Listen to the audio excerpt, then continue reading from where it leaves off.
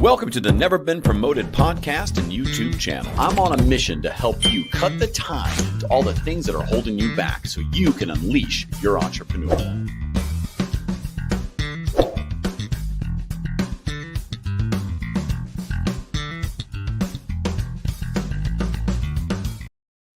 It's good to be back live here on the Never Been Promoted show. Today, we're going to be talking about some marketing operations and how to, with good operations, you can make more money and you can make more profit. And we're going to talk to Michael Hartman today. He's the founder and a CEO and principal of Hartmann Advisory Group. So they focus on new marketing managers, coaching them, helping on operations of marketing departments. He's also the founder of the Ops Cast podcast, which is a marketing podcast as well. So he's got a good mic. He's got a good sound system. So that's a good start for a podcast, right? If this is your first time here, I'm glad you're here, by the way. It's hopefully it's the first of many. If you could, take a moment to just check out our YouTube channel. If you're not on there already, youtube.com/neverbeenpromoted.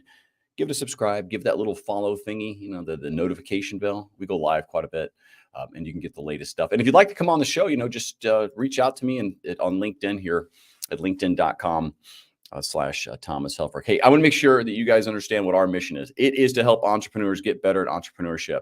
I believe the world needs more entrepreneurs, and it's a hard journey. It's one that's hard to take the first step. It's hard to stick with it. And if you can learn from other entrepreneurs what they did and how they did it, you're going to be in really good shape to be successful.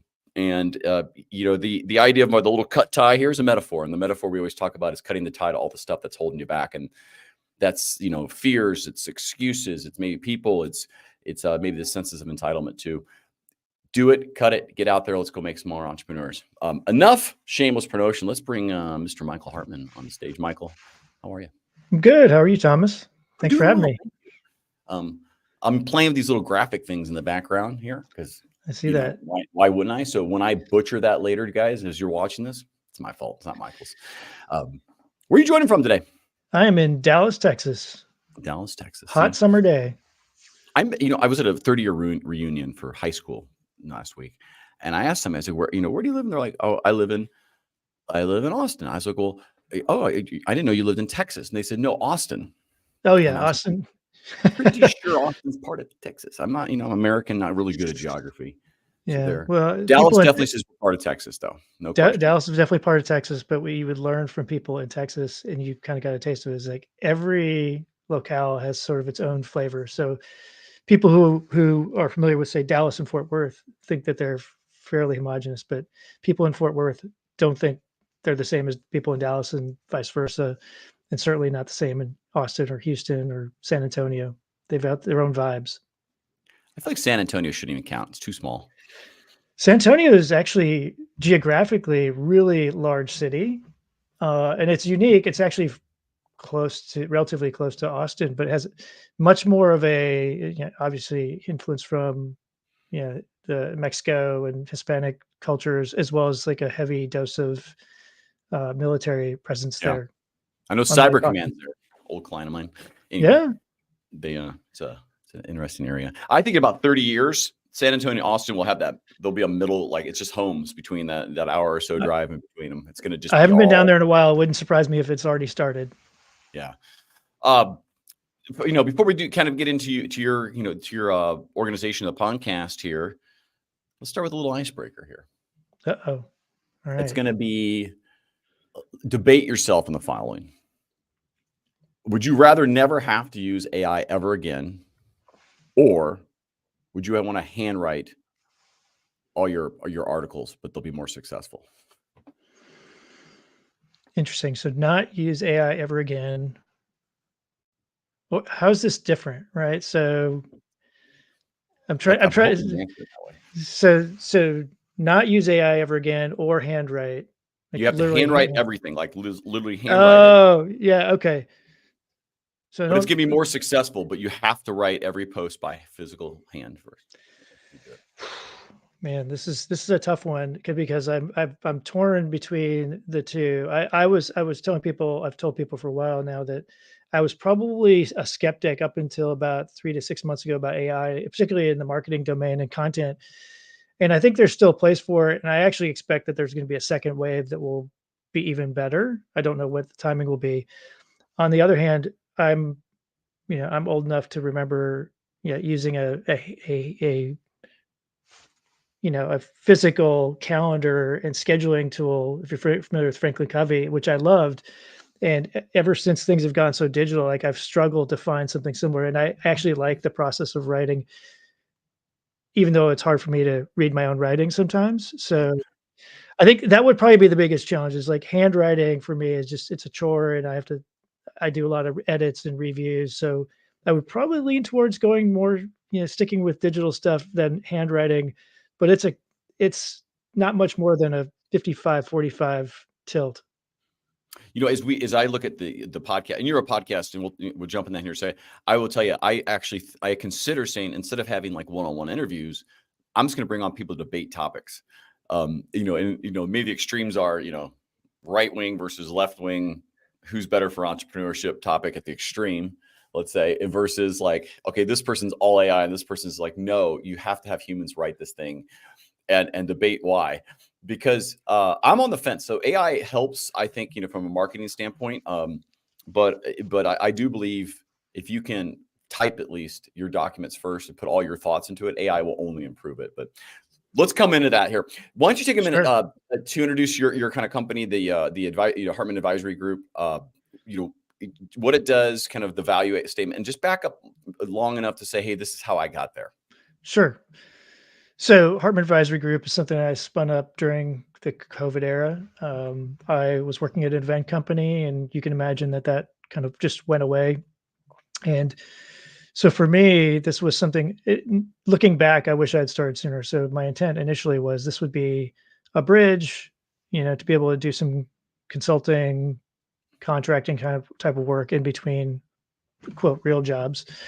And it's starting to expand on its own.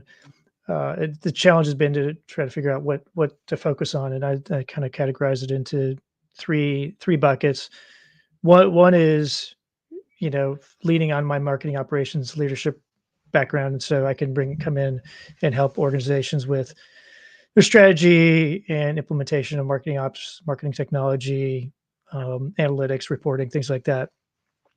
Typically more as an advisor. I'm not a guy who's going to be in all these systems anymore these days, but certainly can help build a team, could help somebody figure out what does the org structure need to look like today versus 12, 24 months down the road.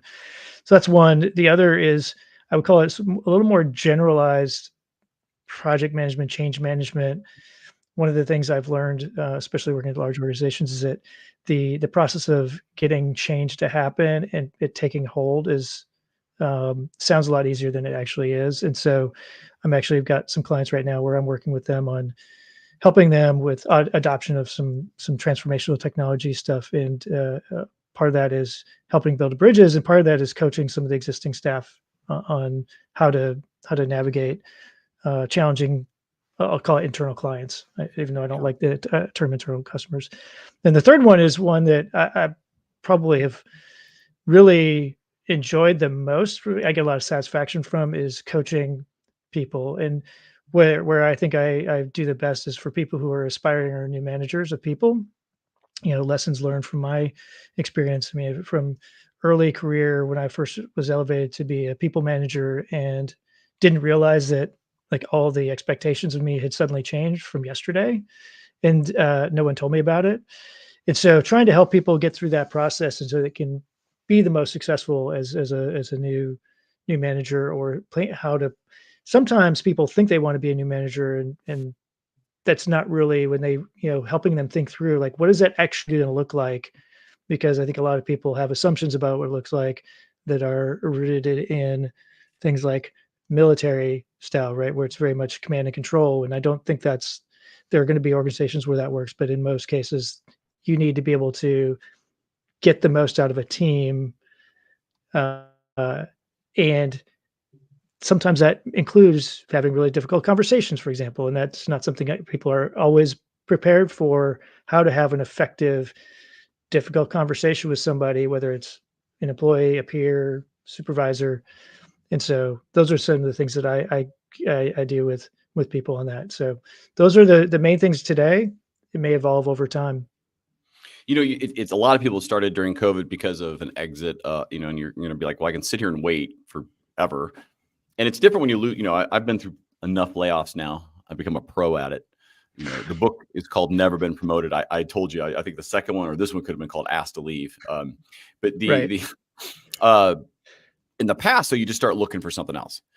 But with COVID, it was so like, wow, this, like, you don't know when this is going to end. You had to do something. And it really pushed a lot of people to say, well, I'm going to just start doing something.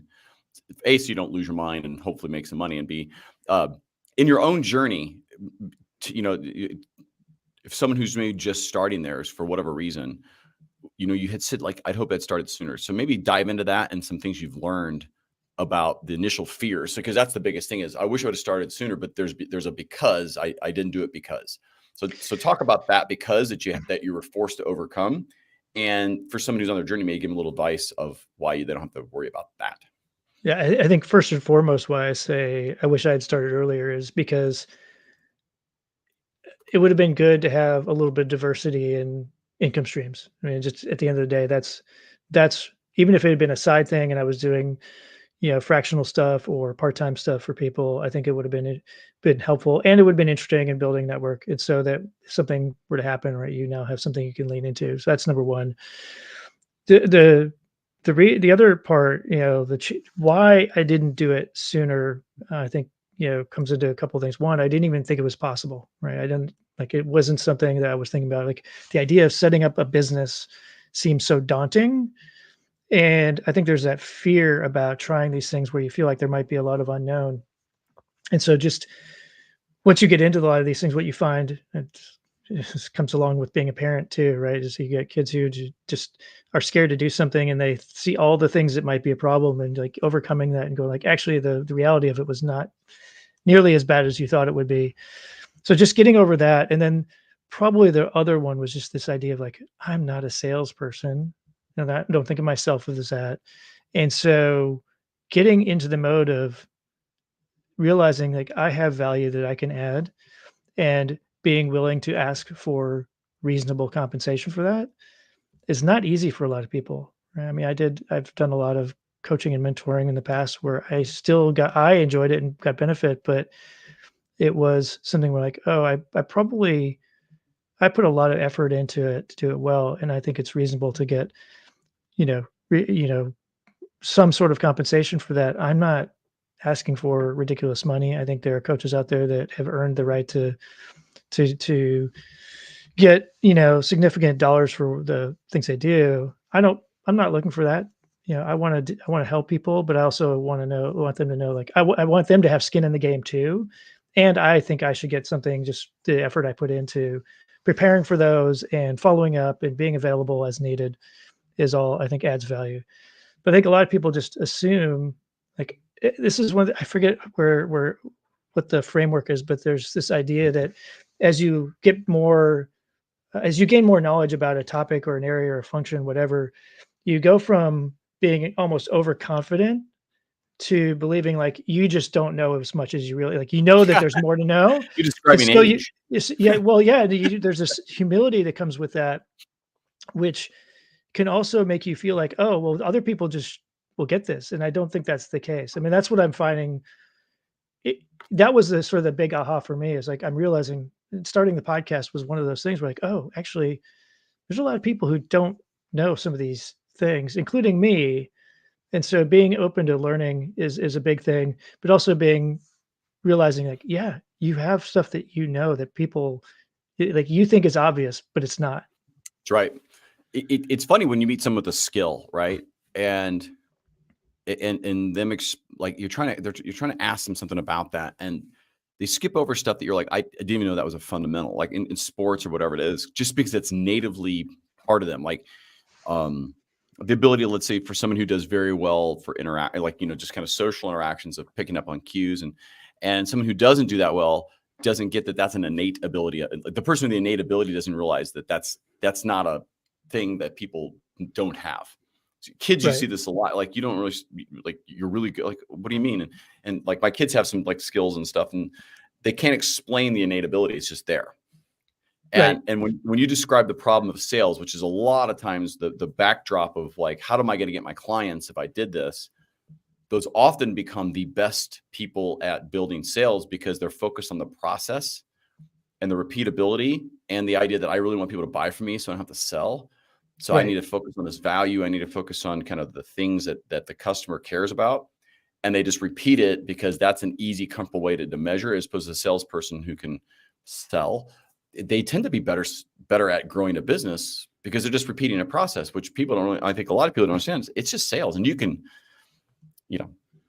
simplify it to like, I'll just meet people and take them through this journey versus like, let's go to high level and build a whole funnel thingy with it. And that's a lot more work, but it's overcomable. And I agree with you that the introverts, the people who maybe are a little less out there, they actually do really well Yeah. when it comes to the process. And did you find that you needed to form that process, or did someone help you coach through it, or how did you handle it? So I would say I'm still on that journey of learning. Right. I still sometimes feel uncomfortable, although I'm getting more comfortable with being willing to ask for, the next thing. Do you have budget? Do you have, what's the scope? And negotiating and being willing, like knowing what my value is. And that's, it's not always the easiest thing to do, but it's definitely something I've gotten more comfortable with. Just I want to backtrack just a little bit. Two things about the innate abilities and sort of learning. So, inability to define, say, a process or something like that.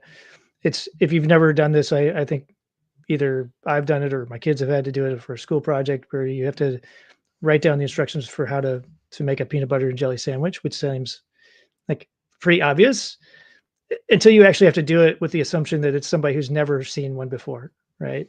And so that like all these sort of innate and embedded assumptions we have about the steps that we go through are not as obvious when you have to do it that way. So I think it's a really important thing to understand about people. If you're working with people who don't understand the details of what you're doing, it's up to you to help them get there, even if that means you have to invest extra time on doing that teaching and educating. The other thing about the innate abilities, and I think kids are a great example of this, is that I've also become a big believer that yes, certain people have certain strengths and things like that. But this is why I like the coaching, is I think a lot of these things, even though they're skills that maybe they haven't developed over time as an individual contributor, that they're going to need to have as a people manager, they are learnable. Now you may not ever be the best at them, but they are definitely things you can learn, and it requires time and effort, just like anything. So I struggle with it, whether or not to call them soft skills, because I think that's the common terminology, but they're skills and they can be learned and you can get better at them. And it takes practice, takes a willingness to put yourself in an uncomfortable spot where you might not, it may not go the way you want, say with you're pitching an idea internally and you want finance to approve your budget. It's not always something that's obvious, right? Actually, that's the kind of thing that ties those two things together. It's a skill to learn, and you make assumptions about it should be obvious why I'm asking for this budget, and it's Right. not. Well, so the kind of the title of the show, right, is where marketing operations, they drive. If you have good operations, it does drive higher revenue and better profits. Do you want to maybe take that and say the why, and maybe note a couple of key areas that are often just like overlooked, like immediate, like assumed, like for whatever reason, like this is almost every time there's 4% loss here, and there's a 3% overspend there. You could dive into that, because I think if there's any short that we're going to make from this, let's get that one in 60 seconds to start with, because there are, I mean, it's your floor. I think I know where they are, but go ahead. So marketing operations is not, I think everyone thinks they know what it is. I think a lot of people in marketing ops will tell you it's not very clear always what it is. But I think there's a couple of things that marketing ops professionals are uniquely qualified to do, which is, one is to help identify where processes for, say, campaign operations, right? Getting stuff out the door for promotion could be better. And I think a lot of marketing teams get in their own way with things about perfection and approval processes, things like that. So I think identifying those and being willing to step in and go, like, I think we can make ourselves much more efficient. The other part is what I would call effectiveness. So marketing has no shortage of data these days. And virtually all marketers either say that they are data driven or want to be data driven, which I think is a myth, especially in the B2B world. I think they can be, data informed. And I think recognizing there's going to be inherent poor quality in data, but marketing ops folks, I think, are well positioned to go, here's the things that have worked to achieve X, Y, Z goals, whether that's ultimately revenue, depending on how much influence marketing has directly on that versus sales or a combination, but also understanding, what content is resonating and things like that. But it requires time and effort today to dig into that data and look for those patterns and then tell the story about it, which I think is a missing piece. And actually, like we talked about AI, this is where I think AI is going to play a big role in the near future, is really helping marketers and marketing teams understand what are those patterns that we don't see that are happening, but are under the surface that we could take advantage of. Yeah, I think AI is a big piece of that for sure, because it's where to use it. So we were talking about content, as kind of the icebreaker. That's the easiest kind of tactical way AI is being introduced to train whole, and it's strategic as well from the providers of these systems, because it's the low level thing that lots of people want and do. It's like it's the first use case, if you will. Yep. The next phase of that is really like how you start taking the AI for more strategic needs, because it is way more effective for you as a strategy when you know the tactical things and the nuance of where you are. So here's my nuance, here are the little things, here's the thing that's really important. If you do all that into a prompt first, the kind of product you get back is so much better versus, can you write me X, Y, and Z? And I think a lot of people are figuring that out. And I think, like you said, there's a second coming of kind of AI. I think there's a second learning of how to use it. Yes. So, where even AI might be like, this is way too generic and you need to provide me, like, it starts feeding you questions. And I think what happens are the people who know even faster. So it's like the hockey stick curve goes to those who really get their space, understand their industry, whatever. And those who didn't, they fall even more behind. And you go down, and this ties back to your strength. So like, I played racquetball growing up, and one of my biggest things was I could hit the shit out of the ball. I could hit it so fast and hard. It was like mind boggling. And my coach at the time, who was like the number one guy in the world, right? He goes, listen, don't worry about anything else. Just go learn how to hit it even harder. He's like, you have such an advantage, right? Go learn how to go do 10% more out of that, because there's no one on the planet that's going to keep up with you then. And I was like, all right. Now, there was some strategy I probably could have. But the point being is, if you're like an A, go be an honors student in something. So people are like, man, that person knows how to do that thing so well, and use that as your tip of spear. So if yours is like coaching the new managers how to be more effective, and you love it, oh my God, you add passion plus talent, forget it. Yeah. Right. That's a great overlap. Have you seen this like play out on a couple of your clients where you've come in and you just like change, like, do you have a use case you want to talk about, like how you've changed the world of this person came in, they're kind of like, oh my God, I don't know. And then you got them focused and you have a tangible story. There's one in particular that I started coaching. He was kind of maybe a manager level at a small agency, and that served marketing ops, did marketing ops consulting work. And he came to me, we got started, and really he wanted to figure out how do I get promoted? And he was ambitious. And so we worked through over the course of several months, some different scenarios, and helping him think about how he talked to his leadership team and communicated. Eventually he got a different role, which became a little more of a operations role for the business. So not marketing operations, but business operations. And eventually what it helped him do is helped him get comfortable. He actually then bought an agency and is running that now in like a very sort of focused space. And he kind of moved on and was ready. I think if he's continuing to get coaching from anyone, it's a different kind of person who's helping with, let's say, running a business. So that one was really interesting just to see his evolution. And then others, I had one that was a person who we got started, and she was um, had lost her job, but knew she wanted to move into a role from an individual contributor to a director or a manager level. She started, um, she got a new job, and literally we were starting our sessions the Friday before she started on Monday or Tuesday the following week. And I was just asking her, what are you going to do? Like, what's your focus the next week or two? And she went right into the things that had been her comfort space as an individual contributor, right? Digging into systems, digging into stuff. And I was like, no, like you need to get to understand, she was just inheriting a team, right? You need to understand your team, you need to understand the people, you'll figure out all that other stuff. That's going to be the easy part for you. And I think by the time we had our second session, she was a couple weeks in, and she was so glad that we had that conversation, because she probably would have been behind in terms of building trust and alignment within the organization compared to if she had gone in and figured out, oh, Yeah. well, the systems are set up this way and that way. And so I think things like that, like just helping people think about like what should they be focused on is a big part of it.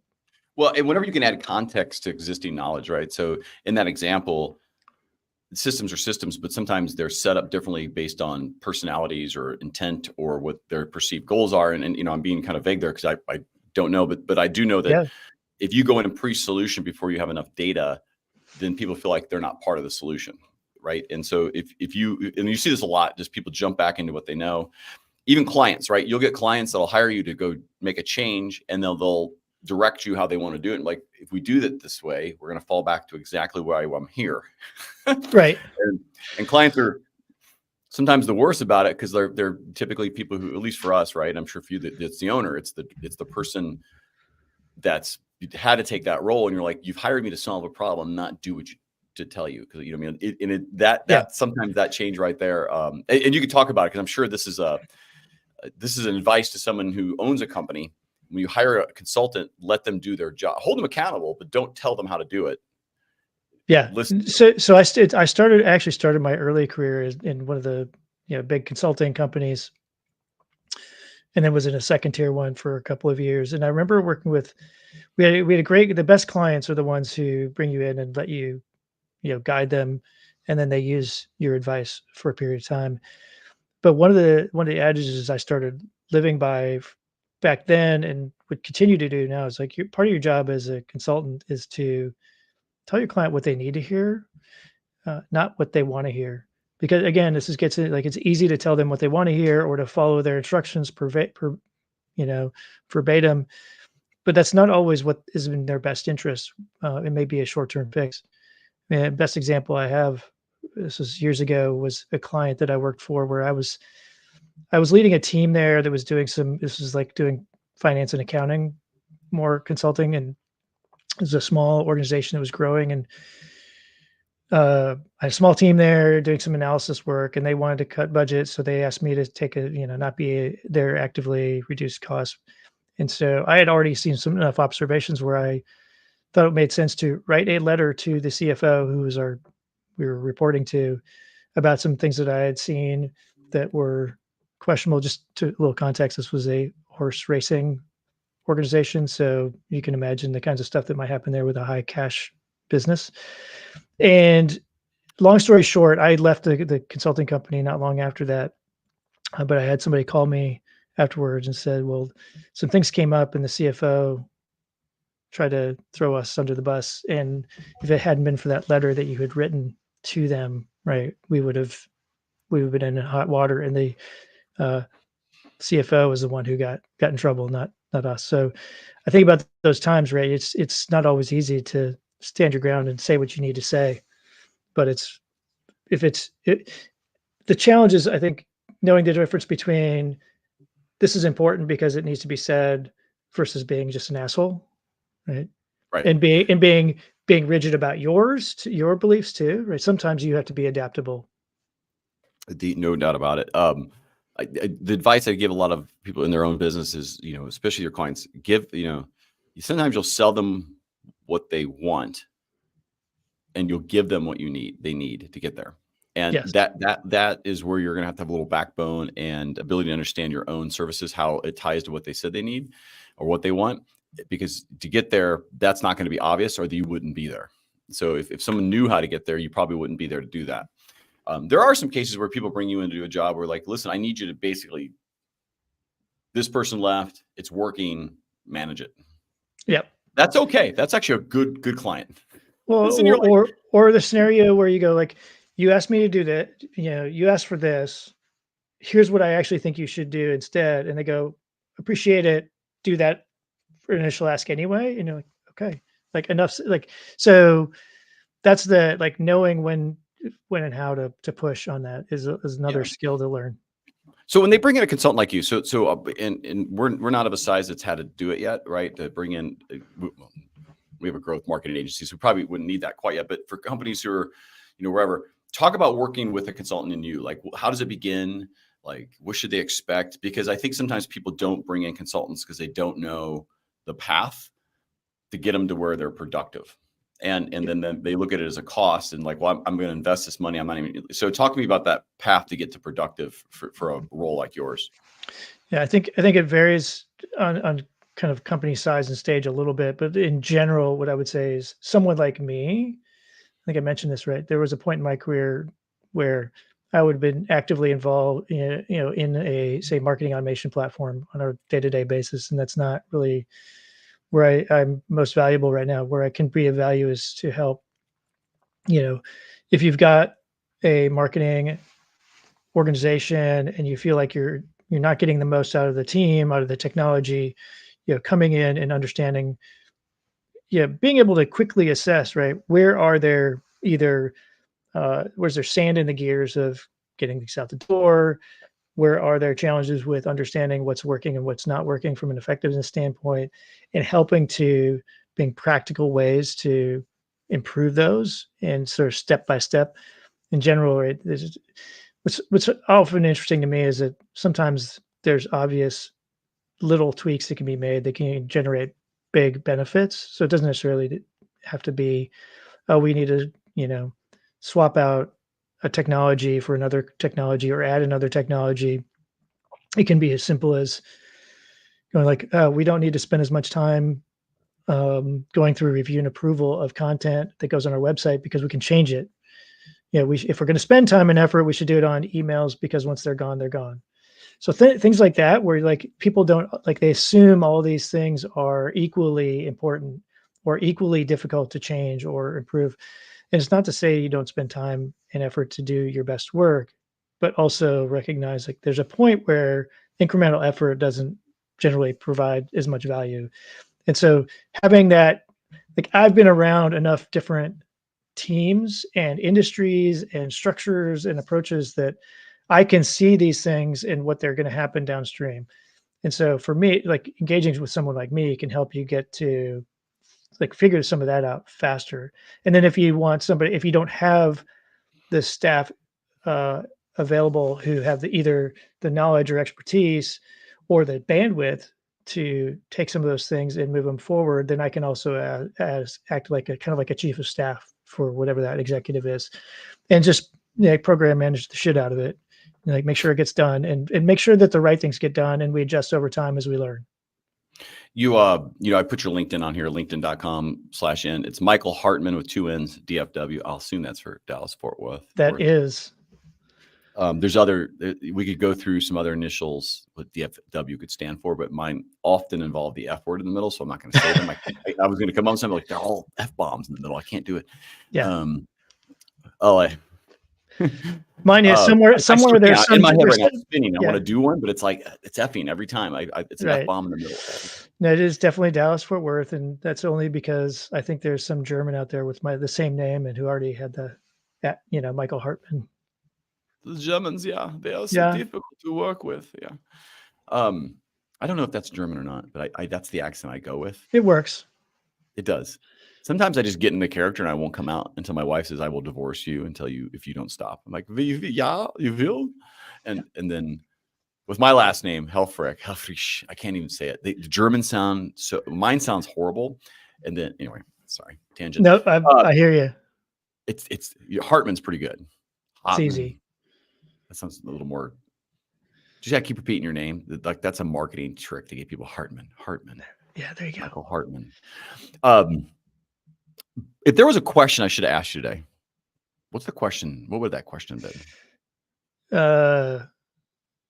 Well, it depends. And do you want to know? I think the one that, just because this is one that comes up a lot with our podcast and with the organization that I'm affiliated with, marketingops.com, where the podcast is what is marketing operations. I think that a lot of people don't know what that is. And I think, well, actually, go ahead and define that, because I think it means a lot of things to different people based on the it size of does. your organization too. So take the floor on that. What is, or define marketing operations? So it's great is there's a couple of people who've come up and defined some frameworks for that. But the way I think about it is there's a couple of things that almost, in fact, I probably have yet to find an organization where there's a marketing ops function that doesn't include these. So things like managing the marketing technology stack. So, and that can include marketing automation, things that are connected to it, linkage to if you have a CRM system, integrations, things like that. That's usually one part of it. There's typically some amount of reporting and analytics, although that can get kind of take on a life of its own. And sometimes in some companies, they'll have an analytics function that's for the entire organization. I run into challenges with those because they don't understand the nuance of marketing and sales data and how messy and incomplete it sometimes is. And then usually there's some amount of what I would call campaign operations. I've used that term. So that is like, how do you actually get stuff out the door? So if you work with a demand gen team or a content team, a web team, those, how do you effectively get those out to market so that they're trackable and you can understand a little, have insights into what's working and not working, what's resonating. So those typically that can vary depending on how comfortable the rest of the marketing organizations with using some of the tools. So if you have a team that is fine with producing emails, then you might give them access to be able to do that. And then your team is really setting up templates and things like that. So there's some variation there, but those sort of three things typically fall under. The things that then expand is sometimes you'll get responsibility, say, for a website. So websites, it's interesting because I would think of it as marketing technology, but sometimes it falls under the domain of a content team or demand gen team, depending on what you're doing, maybe even product marketing. But that usually is one that is somewhat unusual. The other, which I'm seeing typically more in larger companies, is maybe being this is leaning towards sort of a chief of staff role for marketing, which is having responsibility for things like the overall marketing budget and making sure that that's being managed and used appropriately, across that. I would say, I don't think you'll find many people would disagree with the statement that most marketers are not great with managing a budget or finance. There are exceptions. So that's a role. And then sort of related to that is also being responsible for the cadence of the say your leadership team's regular processes. If you have daily, weekly, quarterly, monthly kinds of things where you're doing either reviews or planning or both. So that's kind of where I see a lot of those. So I've had, various points in time, different scope. Even beyond that, I had digital marketing under me one time, and I had an inbound business development team and doing lead qualification and routing. So I've had other things, but that is pretty unusual to have all that under one. Yeah, it's a lot. And I think in a smaller organization, it's it's the CRM, it's the ads, like it's the small stuff. It's stuff that you can go and log in your email. And making it work all together is difficult. So I know even now we don't really use a CRM because you have to have a person lined up to it, right? And it's like, yes, but then how we do our marketing doesn't really involve too much downstream marketing email. It's just not kind of how we do it right now. But I'd love to have it. But I know I have to line a resource that has knowledge and then tie that into SMS and tie that into email. And then they're all in these disparate systems. And you're like, it just immediately becomes too much. Like it's like you just, and I'm in that spot where I'm just like, we should be doing it, but Yeah. There's other No, things that are higher priority right now. So, and that's okay. I think one of the this is another thing I try to communicate a lot, whether it's through the podcast or for conversations, is marketing ops folks tend to have a view of there's a right and wrong way to do these things. Even if they go like, I recognize that this particular business is a little different than this other business that I worked in or worked for. What they're not typically well equipped to do, I find, nor are a lot of people, is to think about these things as not right or wrong or that, but as in terms of trade-offs, right? So what you described, right, is you recognize like, yes, I could probably get some value out of investing a little more in either resource and or technology to do these things. At the same time, the trade-off is then I have less to use on something else, or to invest in a role that it's a different one in a different part of the organization. And so that is totally fine. Like, I think like that kind of model and that kind of thinking is not a natural one. It's interesting. I have 3 teenage boys, and one of the things I find myself trying to help them through is getting past that, binary thinking about things in life. And I had a very like sort of proud dad moment the other day when we were at dinner, and my oldest, who's in college now, uh, actually kind of repeated what I had said, and I was like, I didn't say anything because but I was like, yes, he's listening, right? when you hear them start lecturing other people with your Oh, like their exact brothers, words, yeah, yeah, yep, um, it's interesting, right? So I'll autobiograph this. My son, who we have a good YouTube channel, and he's always wants to do YouTube, and I love that he's learning how to edit videos, and he's like switched his channel like 4,000 times. Like no one's going to subscribe because you start off singing and you're doing and so he's got into gaming. He's 12. And he went live last night for like the first time, and he got like 11 subscribers. So he went from like 390 to 411 or something like that, or whatever it was. right. And I was like, just stick with it. It doesn't, like, you could always fire up another channel separately. We just stick with it. And, getting them to stick with something, but it's a nice moment. I see him doing it. I'm like, his channel by views and by like outperforms ours with 1 million subscribers. And I'm like, well, I'm chasing 9% of the market. You're chasing the rest of YouTube. Right. And I'm like, you know what? I hope that kid gets 1 million subs and does.